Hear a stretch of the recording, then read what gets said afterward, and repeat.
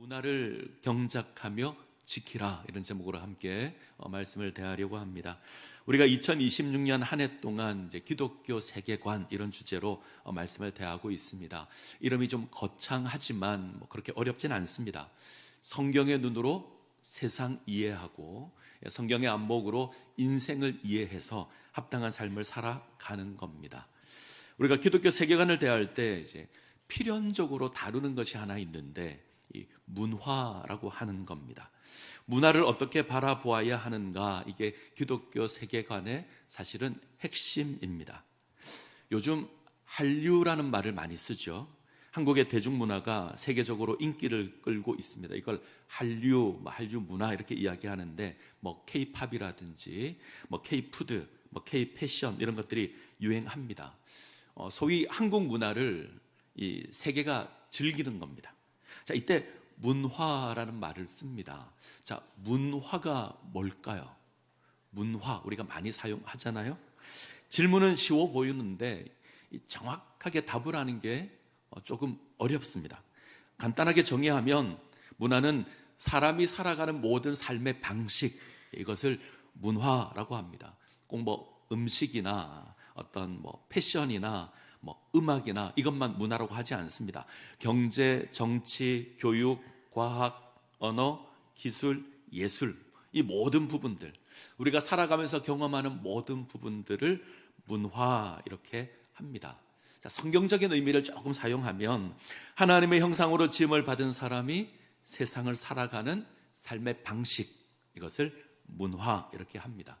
우리는 하나님의 형상으로 지음을 받았고 그에 합당한 삶을 살아가야 합니다. 이게 중요합니다. 제가 초등학교 5학년 때 교회를 처음 갔습니다. 잠깐 다니다가 이제 다니는 걸 멈췄고, 중학교 2학년 때 다시 이제 교회를 다니기 시작을 했습니다. 예수님을 구주로 영접하고 교회를 열심히 다녔는데, 교회를 다니면서 복음성가라는 게 본 것을 알게 되었습니다. 제가 어릴 땐 가스펠송 이렇게 불렀습니다. 처음 알게 된 곡이 실로암이라는 곡이에요. 실로암 다 아시죠? 이 곡이 너무 좋은 거예요. 너무 좋아서 하루 종일 흥얼흥얼거리고, 학교를 갈 때도 흥얼거리고 올 때도 흥얼거리고, 그렇게 기쁘게 불렀던 그런 기억이 있습니다. 근데 교회를 다니면서 내가 이렇게 좋아하는 실로암 찬양을 부를 수 있는 때가 있고 부를 수 없는 때가 있다, 이걸 알게 되었습니다. 주일 오전 예배는 부르면 안 된대요. 그리고 그러니까 소위 말하면 어른들 예배 드릴 때는 부를 수 없고 주일학교 예배 드릴 때, 이럴 때는 불러도 된다 그러더라고요. 솔직히 잘 이해가 되지는 않았습니다. 그리고 또 다른 문제가 생겼습니다. 예배 드릴 때 저기 있는 드럼을 쓸 수 있느냐 쓸 수 없느냐, 이 문제가 이슈가 되었습니다. 지금 한국 교회는 대부분 드럼을 교회 비치해 두고 있고 필요하면 얼마든지 드럼을 이용해서 하나님을 찬양합니다. 근데 제가 주일학교를 다닐 때는 안 그랬습니다. 드럼과 기타는 세상 노래 연주할 때 사용하는 악기다. 하나님 예배할 때는 사용할 수 없다. 오직 피아노, 좀 더 정확하게 하면 오직 오르간, 오르간으로 하나님을 예배하는 게 가장 좋고, 상황이 안 되면 피아노 정도 사용해서 예배를 드려야 한다. 그때는 제가 그런가 보다 했습니다. 저는 소위 착한 학생입니다. 말한 대로 다 알아듣는, 그래서 사람들이 그렇다 그러면 그런 줄 알았습니다. 근데 어느 날 교회에서 가요를 세상의 음악으로 치부를 하는 겁니다. 가요는 세상의 음악이다, 마귀의 음악이다, 듣지 말아야 한다. 교회가 그렇게 가르쳤습니다. 그래서 여름 수련회를 가면 회개 시간이 있었는데 테이프를 가지고 와서 불에 태우기도 하고 그랬습니다. 그때는 그래야 되는 줄 알았습니다. 지금 생각하면 좀 웃긴 이야기인데 그때는 그랬습니다. 아마 저와 비슷한 경험을 하신 분들이 아마 제법 계시지 않을까 하는 생각도 합니다. 근데 이런 모습을 보면 한국 교회가 세상의 문화를 어떻게 이해했는지를 알 수 있습니다. 우리는 이 신앙이라고 하는 것과 문화라고 하는 걸 구분했습니다. 그리고 선을 그었습니다. 그리고 담을 쌓았습니다. 예수 믿는 사람은 세상의 문화를 조심해야 한다. 가능하면 가까이 하지 말아야 한다. 교회가 늘 이것을 주장했습니다. 세상을 살아가니 어쩔 수 없이 문화를 대할 수밖에 없지만 가능하다면 멀리해야 한다. 이것이 교회의 자세였습니다. 정말 그럴까? 제가 충신대학을 지나간 이후에 신학을 공부하면서 뭐가 좀 이상하다 하는 생각을 가졌습니다. 성경을 공부하고 기독교 세계관 공부를 하는데 뭔가 우리가 한쪽으로 치우친 거 아닌가 하는 생각들을 가지게 되었습니다. 오늘 그 이야기를 함께 나누려고 합니다. 리차드 니버라는 사람이 있습니다. 이분이 그리스도와 문화라고 하는 책을 썼습니다. 아주 오래된 책인데 저렇게 생겼습니다. 지금은 IVP에서 번역된 책이 있고요. 제가 가지고 있는 책은 훨씬 더 오래된 책을 제가 가지고 있습니다. 기독교와 문화에 관한 가장 유명한 책이 이 책입니다. 이번은 이 책에서 기독교 역사에 있어서 교회가 문화를 어떻게 대해왔는가, 이것을 이제 5가지 관점에서 이야기를 합니다. 자, 우리가 어떤 관점인지 한번 살펴보시죠. 자, 첫 번째, 문화에 대립하는 그리스도. 이건 문화를 대적하는 겁니다. 문화는 타락했으니 반대해야 한다. 세상 문화를 거부하는 겁니다. 세상의 영화, 세상의 드라마, 세상의 음악 다 타락한 것이다. 다 세상적인 것이다. 가까이 하면 안 된다. 피해야 한다. 이게 문화에 대립하는 그리스도입니다. 자, 두 번째, 문화 속의 그리스도. 이건 첫 번째 견해와 반대입니다. 문화를 적극적으로 사용해야 한다. 문화는 좋은 거다. 이 문화 안에 하나님의 정의가 있다. 세상에 좋은 음악도 있고 좋은 영화도 있고 좋은 여러 가지 문화가 있지 않느냐? 우리가 적극적으로 활용해야 한다. 이게 문화 속의 그리스도입니다. 자, 세 번째, 문화 위의 그리스도. 문화를 대립하는 그리스도, 문화 속의 그리스도는 수평으로 놓습니다. 이걸 가까이 하기도 하고 멀리 하기도 하는데, 문화 위의 그리스도는 수직으로 놓습니다. 세상 문화를 밑에 놓고 교회를 위에 뒀습니다. 그래서 문화를 부정하지는 않습니다. 그러나 인간의 문화, 세상의 문화는 저급한 거다. 교회 문화가 훨씬 더 고급한 거다. 이렇게 구분을 지었습니다. 그래서 세상의 문화는 저급한 것, 교회 문화는 고급스럽고 고상한 것. 그래서 우리는 교회 문화를 추구해야 한다. 이 중세 가톨릭이 이 견해를 지니고 있습니다. 자, 네 번째, 문화와 역설적인 그리스도. 조금 어렵죠? 역설적인. 쉽게 말하면 두 세상이 있습니다. 하나님의 나라가 있고 세상의 나라가 있습니다. 우리는 하나님 나라에 속해 있죠. 그런데 이 세상에서 삽니다. 그래서 어쩔 수 없이 세상을 살아가는, 우리는 하나님의 백성이지만 세상을 살아야 하는 이런 관계가 있습니다. 이걸 역설적이다 그럽니다. 그래서 세상의 문화가 나쁘다는 걸 알지만 어쩔 수 없이 세상의 문화를 살아간다. 그러니 조심해야 한다. 그래서 선을 끊는 겁니다. 이원론이죠. 예를 들면 이런 겁니다. 주일은 하나님의 날, 월요일부터 토요일까지는 세상의 날. 우리는 세상에서 힘들지만 참고 견디고 살다가 주일이 되면 하나님 앞에서 예배 드려야 돼. 이렇게 얘기하는 게 이제 문화와 역설적인 그리스도입니다. 어쩌면 교회가 이 부분과 가장 많이 닮았습니다. 제가 보기에 리차드 니버라는 사람은 이 견해를 주장합니다. 자, 5번째 견해가 있습니다. 문화를 변혁시키는 그리스도. 이 견해는 기본적으로 문화를 인정합니다. 문화 나쁜 게 아니다. 문화는 하나님께서 허락한 거다. 단 죄로 말미암아 방향이 잘못되었다. 우리는 하나님 나라의 가치로 문화를 변화시켜야 한다. 문화를 구원의 대상으로 이해합니다. 이것을 문화를 변혁시키는 그리스도, 이렇게 합니다. 자, 5가지가 있는데 뭐가 마음에 드십니까? 문화를 대적해야 될까요? 문화 위에 서야 할까요? 혹은 역설적이어야 합니까? 아니면 변혁시켜야 될까요? 하나를 고르라 몇 번? 말을 잘해야 될 것 같은 느낌이 들죠.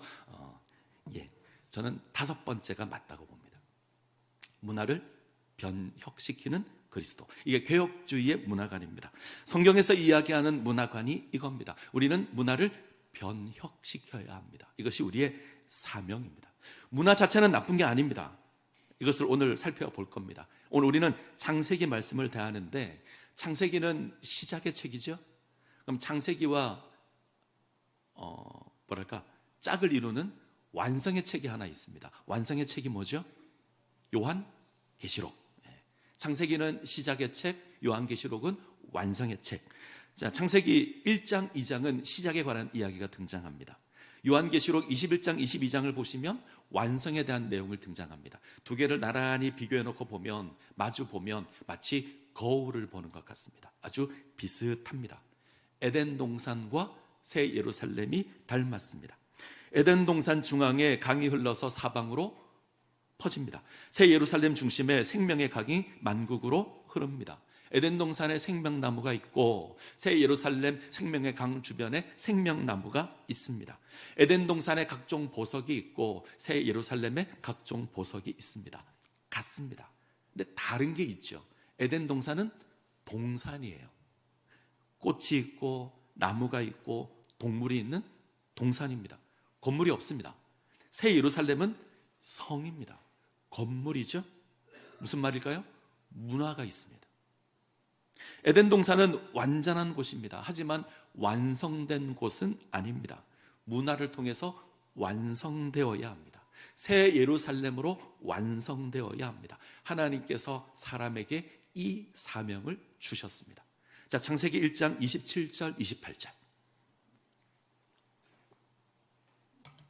창세기 1장 27절 28절 같이 읽습니다. 하나님이 자기 형상 곧 하나님의 형상대로 창조하시되 남자와 여자를 창조하시고 하나님이 그들에게 복을 주시며 하나님이 그들에게 이르시되 생육하고 번성하여 땅에 충만하라. 땅을 정복하라. 바다의 물고기와 하늘의 새와 땅에 움직이는 모든 생물을 다스리라 하시니라. 하나님께서 사람을 하나님의 형상으로 창조하십니다. 그리고 복을 주십니다. 생육하고 번성하고 땅에 충만하라. 자, 여기까지는 짐승에게 주신 복과 같습니다. 똑같습니다. 그 다음이 달라요. 땅을 정복하라. 모든 생물을 다스리라. 이건 사람에게만 주신 겁니다. 사람은 하나님께서 창조하신 피조 세계를 정복하고 다스려야 합니다. 이것을 흔히 문화 명령이다 이렇게 말합니다. 자, 정복하고 다스린다 오해하시면 안 됩니다. 파괴하고 군림하는 게 아닙니다. 유진 피터슨은 이렇게 번역했습니다. 땅을 돌봐야 한다. 정복하고 다스리는 것, 땅을 돌보는 겁니다. 관리하는 겁니다.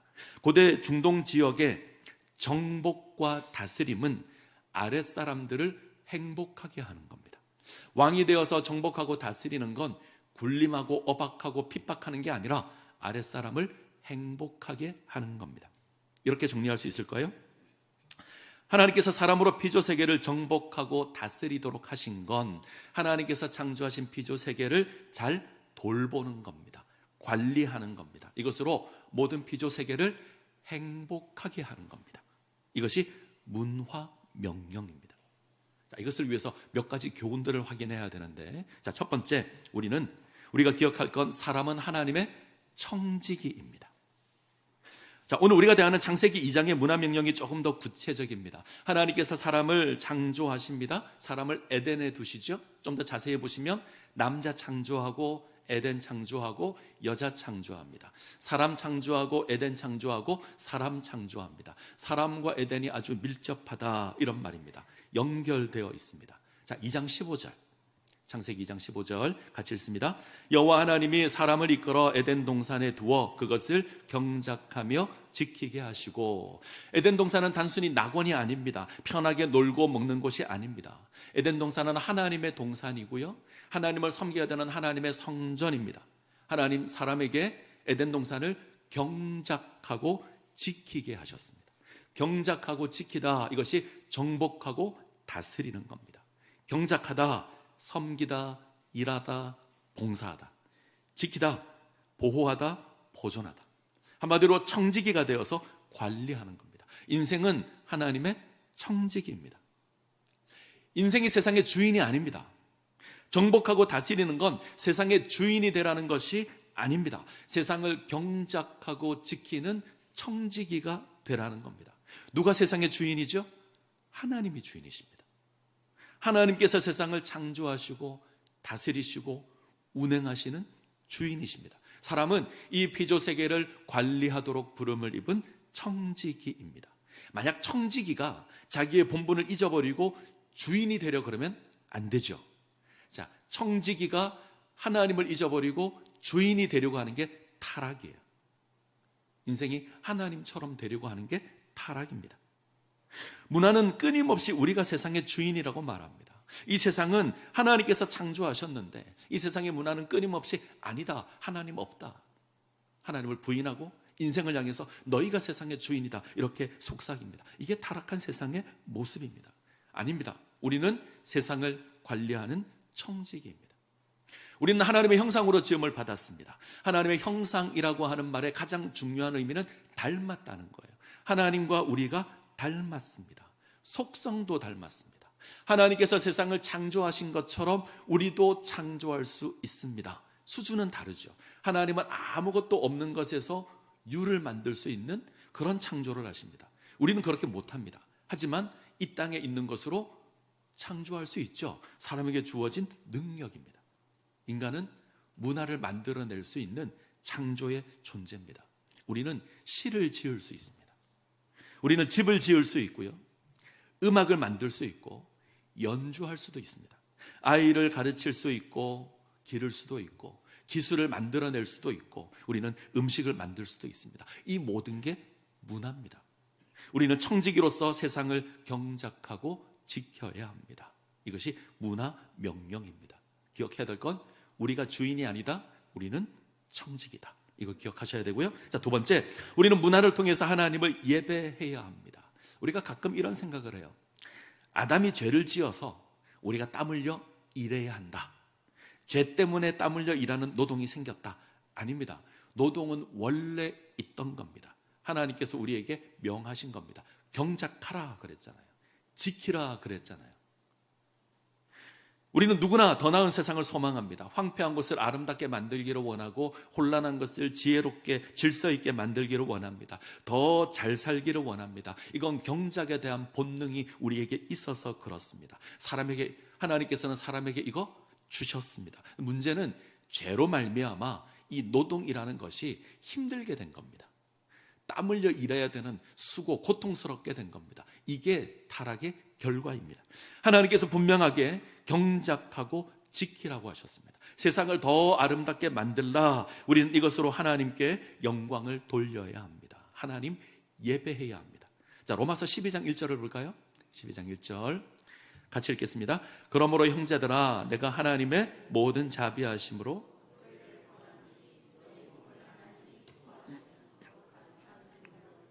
이런 너희가 드릴 영적 예배니라.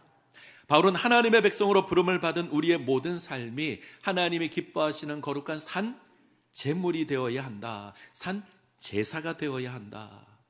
살아있는 제물이라는 말은 우리의 삶이 하나님을 예배하는 예배가 되어야 한다, 이런 말입니다. 우리의 삶이 하나님을 향한 예배가 되어야 합니다. 경작하고 지키는 것이 하나님을 경배하는 것이 되어야 합니다. 우리는 문화를 통해서 하나님을 예배해야 합니다. 우리가 살아가는 모든 삶이 예배가 되어야 합니다. 일주일에 하루만 하나님을 예배한다, 주일날만 하나님을 예배하는 날이다, 이 날만 지키면 된다. 아니요, 월요일부터 주일까지 모든 날이 하나님의 날입니다. 우리는 모든 것으로 하나님을 예배해야 합니다. 우리가 행하는 모든 모습들이 하나님을 향한 예배가 되어야 합니다. 학생은 공부하는 것으로 하나님을 예배해야죠. 교사는 가르치는 것으로 하나님께 영광을 돌려야 합니다. 사업하는 사람은 그 사업으로 하나님을 섬겨야 합니다. 예술하는 사람은 좋은 작품을 만들어서 그것으로 하나님을 예배하는 겁니다. 부모는 자녀를 양육하는 것으로, 자녀는 부모를 공경하는 것으로 하나님을 예배해야 합니다. 고린도전서 10장 31절 그런즉 너희가 먹든지 마시든지 무엇을 하든지 다 하나님의 영광을 위하여 하라. 기억하십시오. 우리의 모든 것이 하나님의 영광을 위한 것이 되어야 합니다. 하나님을 향한 예배가 되어야 합니다. 우리가 먹는 거, 우리가 마시는 거, 우리가 행하는 모든 거 문화잖아요. 이 문화를 통해서 하나님을 예배해야 합니다. 두 번째입니다. 자, 세 번째, 문화의 방향이 하나님을 향해야 합니다. 자, 이게 중요합니다. 우리는 청지기입니다. 청지기의 가장 중요한 본분은 주인의 뜻을 알고 주인의 뜻을 행하는 겁니다. 하나님의 뜻을 알고 하나님의 뜻을 행하는 겁니다. 하나님 알고 인정하는 겁니다. 자, 16절 17절 볼까요?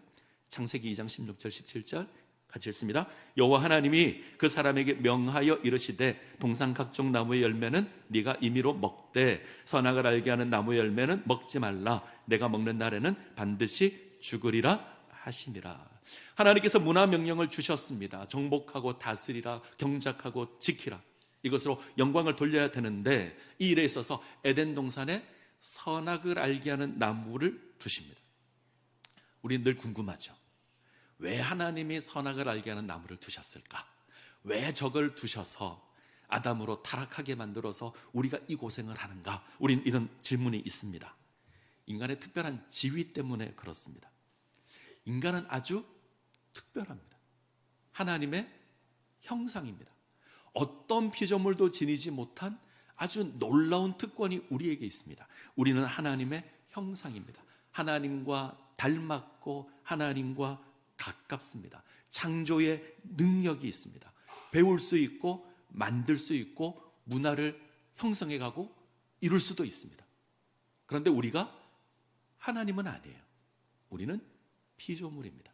우리는 놀라운 존재지만 우리는 하나님은 아닙니다. 우리는 피조물입니다. 이걸 확인시키는 경고판이 선악을 알게 하는 나무입니다.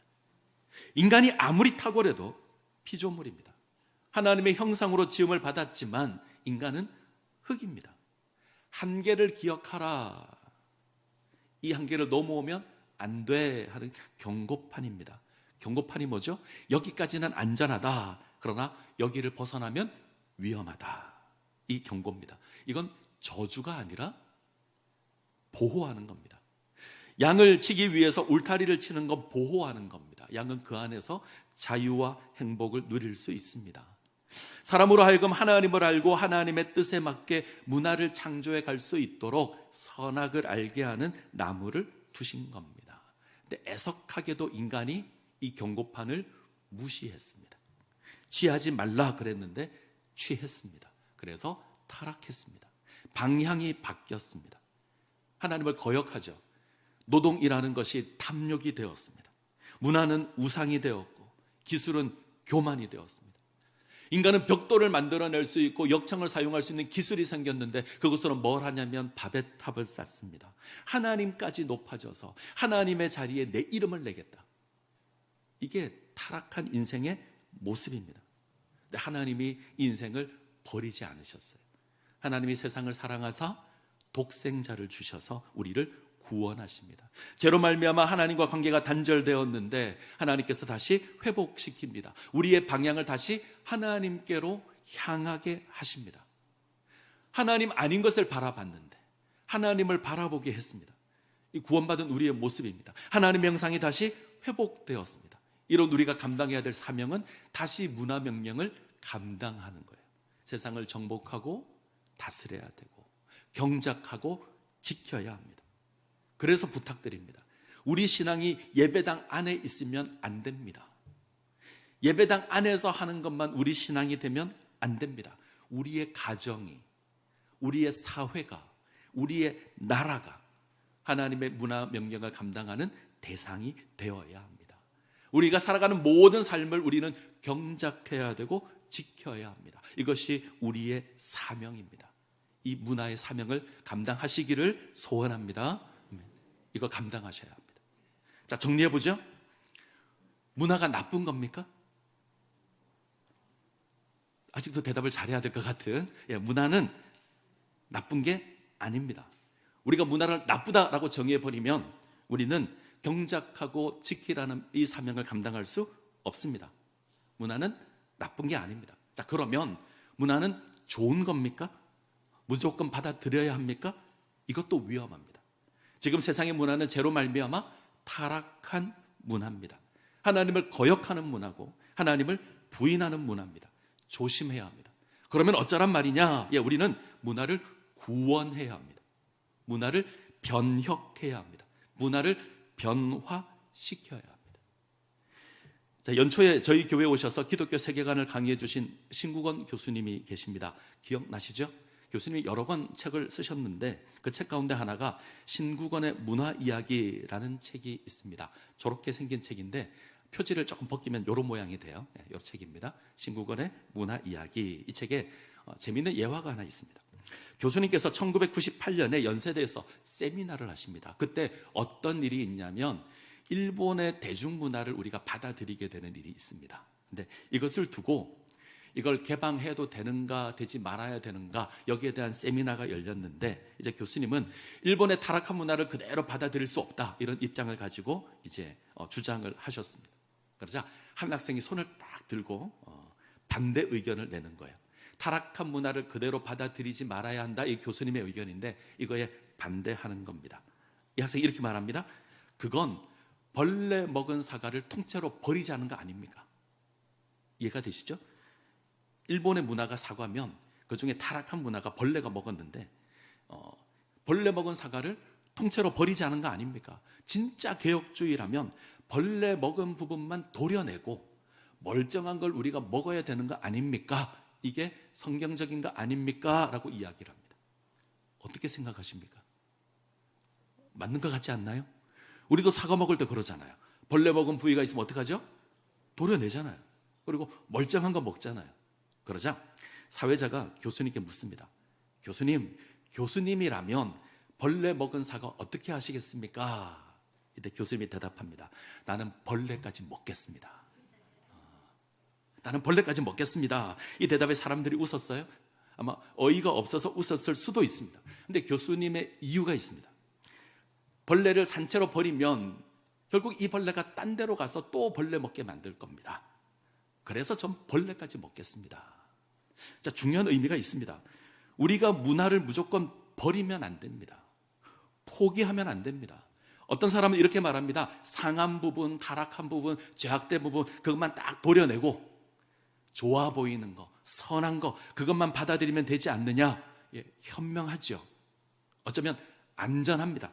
하지만 동시에 그것은 일부를 포기하는 겁니다. 복음은 상한 것까지 고칠 수 있는 능력이 있습니다. 믿으시기 바랍니다. 안 믿으십니까? 복음은 우리를 구원하는 하나님의 능력입니다. 아멘. 아멘. 복음은 능력이 있습니다. 하나님 우리를 버리셨습니까? 하나님 우리를 포기하셨습니까? 그러지 않으셨습니다. 우리 가운데 멀쩡한 사람만 남아서 구원한 게 아닙니다. 우리는 허물과 죄로 죽었던 존재입니다. 아무런 가치 없던 존재가 우리입니다. 우리에게 무슨 선이 있습니까? 우리는 벌레 먹은 사과가 아니고요. 우리는 벌레였습니다. 근데 하나님이 우리를 고쳤습니다. 이 땅에 오셨고 십자가를 지셨고 죽으셨고 그것으로 우리를 고치셨고 우리에게 생명 주셨습니다. 이게 우리가 알고 있는 예수 그리스도의 복음입니다. 복음에는 능력이 있습니다. 우리는 이 복음으로 세상의 문화를 바꿔야 합니다.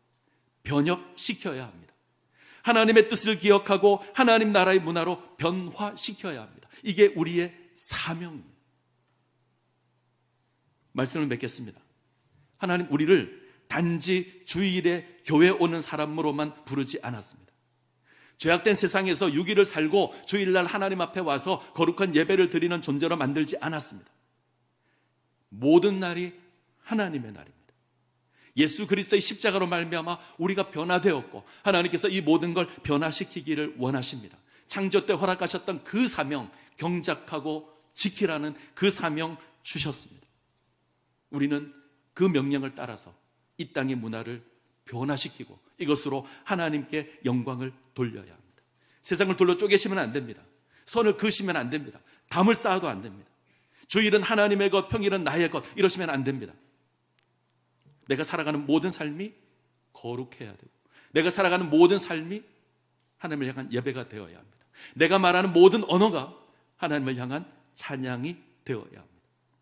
학생은 공부하는 것으로 예배를 드려야 되고 직장은 직장 생활을 통해서 하나님을 예배해야 합니다. 우리가 공장에서 제품 만드는 그것으로 하나님을 섬겨야 합니다. 하나님께 영광 돌리는 겁니다. 하나님께서 오늘 우리에게 우리의 삶을 정복하고 다스리라고 하십니다. 경작하고 지키라고 하십니다. 이 사명 감당하시기 바랍니다.